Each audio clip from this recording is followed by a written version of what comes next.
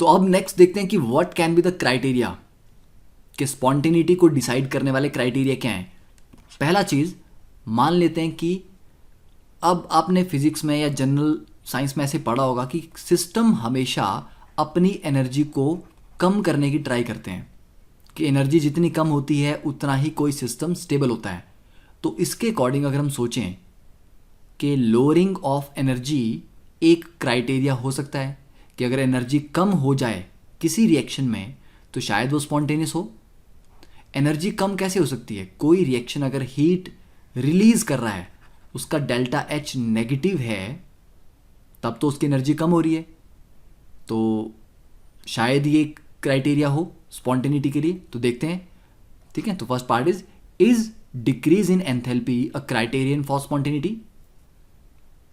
तो कुछ ऐसे रिएक्शन देखते हैं जहां पर एंथैल्पी डिक्रीज हो रही है, मतलब डेल्टा एच नेगेटिव है। तो देखो, जैसे कि कोई भी सब्सटेंस जब जलता है तो डेल्टा एच ऑफ कंबशन हमेशा नेगेटिव होता है, और कंबशन एक स्पॉन्टेनियस प्रोसेस है। एक बार कंबशन स्टार्ट हो गया उसके बाद तो आपको कुछ नहीं करना पड़ता, ठीक है। तो स्पॉन्टेनियस में एक और बात ध्यान में ये रखनी है कि स्पॉन्टेनियस रिएक्शन को कभी कभी सिर्फ इनिशिएट करने के लिए एक्सटर्नल एनर्जी चाहिए होती है, उसके बाद वो अपने आप चलता है। तो कंबशन अपने आप नहीं शुरू होगा, पर once combustion is initiated it will sustain on its own. Okay, तो सारे कंबशन में हीट एनर्जी रिलीज होती है, सारे एक्सोथर्मिक है। तो वहां से लगता है कि हाँ, शायद एक्सोथर्मिक होना अपने आप में एक क्राइटेरिया है स्पॉन्टेनिटी का। वैसे ही हाफ N2 + 3H2, तो ये जो अमोनिया की फॉर्मेशन वाला रिएक्शन है ये भी एक्सोथर्मिक है। H2 + Cl2 HCl ये भी एक्सोथर्मिक है। H2 + O2 that is combustion of hydrogen, ये भी एक्सोथर्मिक है।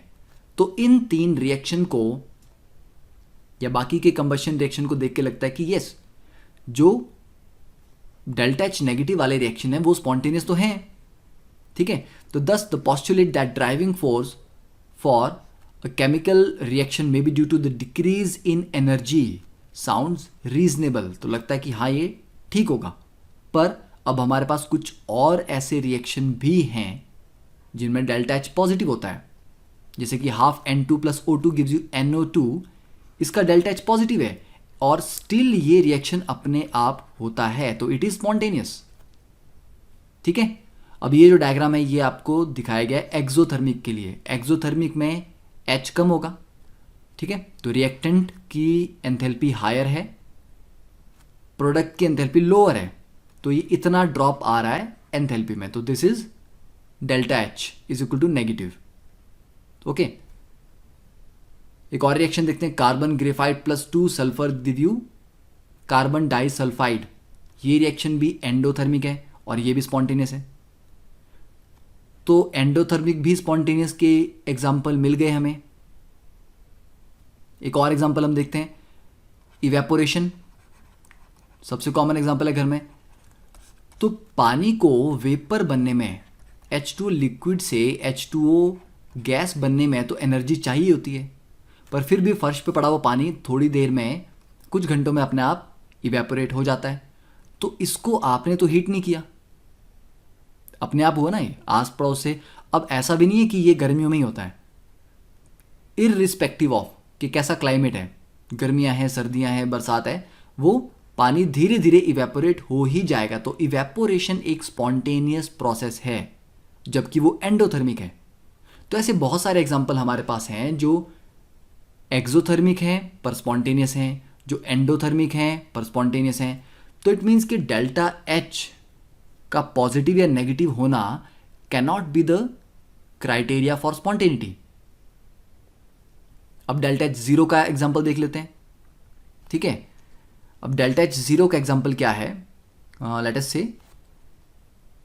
Let us consider the diffusion of to gases into each other in a closed container, ठीक है।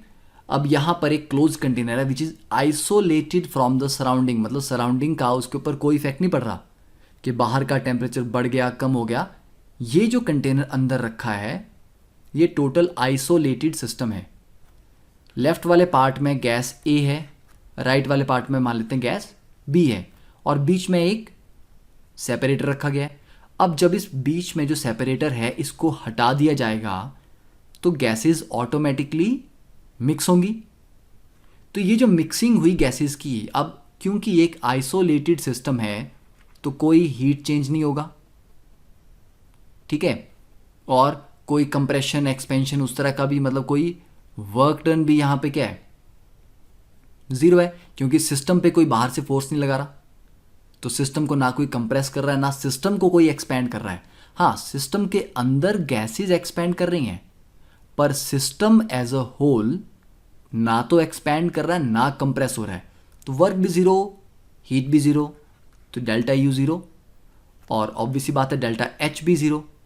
तो ये एक एग्जांपल हो गया जिस केस में डेल्टा एच ज़ीरो है, पर स्टिल ये होता है, गैसेस तो स्पॉन्टेनियसली मिक्स होती हैं। तो मिक्सिंग ऑफ टू गैसेस भी एक स्पॉन्टेनियस प्रोसेस है, जबकि उसमें डेल्टा एच ज़ीरो है। क्लियर? अब let us examine the process. अब इस प्रोसेस को अगर हम ध्यान से देखें तो इसमें क्या हो रहा है। Before the partition left side में ए गैस थी, ठीक है, पार्टीशन के लेफ्ट में गैस ए है, राइट साइड में गैस बी है। पार्टीशन हटाने पे ए और बी गैसेस मिक्स हो गई। मतलब ए गैसेस के मॉलिक्यूल क्यों गए दूसरी तरफ, उनको क्या ज़रूरत थी। एक रीज़न ये लगता है कि वो ज़्यादा डिसऑर्डर होना चाहते हैं, ठीक है। जैसे कि ये आप अगर क्लासरूम में बैठे हैं और टीचर क्लासरूम में है तो definitely you are in a ordered state, आप शांति से बैठोगे, शोर कम करोगे। But the moment teacher is out of the class this is too much of chaos, ठीक है। कोई अपनी सीट से उठ के कहीं चला गया, कोई आवाज़ कर रहा है, ठीक है। तो देर आर, अब उसको अगर आप एज अ सिस्टम मान लो तो क्लास में मान लेते हैं 20 स्टूडेंट्स हैं, तो टीचर के अंदर और बाहर जाने में जो चेंज ऑफ एनर्जी तो कुछ नहीं हुआ, ठीक है। सिस्टम की एनर्जी चेंज नहीं हुई। पहले भी 20 स्टूडेंट थे, अभी भी 20 स्टूडेंट्स हैं, बस अब वो टीचर के बाहर जाने के बाद ज़्यादा डिसऑर्डर हो गया क्लास में। और टेंडेंसी होती है डिसऑर्डर की। अब पेड़ से पत्ते गिरते तो कैसे गिरते हैं, एक के ऊपर दूसरा, फिर तीसरा, फिर इस तरह से एक एक के ऊपर ढेर लगता है, नहीं, रैंडमली गिरते हैं, ठीक है। If you have a stack of cards, ठीक है, ताश के पत्ते जो होते हैं, अगर उनको आप गिरा देते हो तो क्या वो कैसे गिरेंगे, ऑर्डर में गिरेंगे कि एक के ऊपर दूसरा इस तरह से स्टैक में, नहीं, रैंडमली गिरते हैं। तो किसी भी सिस्टम की टेंडेंसी होती है ज़्यादा रैंडमनेस में जाने की, ज़्यादा डिसऑर्डर क्रिएट करने की। इवेपोरेशन में भी क्या हो रहा है, जो पानी एक लिमिटेड स्पेस में है वो दूर दूर तक जाना चाहता है, मोर डिसऑर्डर होना चाहता है, ठीक है। सेम चीज़ यहाँ पर गैसेस के डिफ्यूज़न में हो रहा है। गैसेस के डिफ्यूज़न में क्या हो रहा है, ए गैस के पार्टिकल सिर्फ लेफ्ट में थे, अब वो राइट में भी पहुँच गए तो उनका डिसऑर्डर बढ़ा। बी के पार्टिकल लेफ्ट में आ गए, उनका डिसऑर्डर बढ़ा।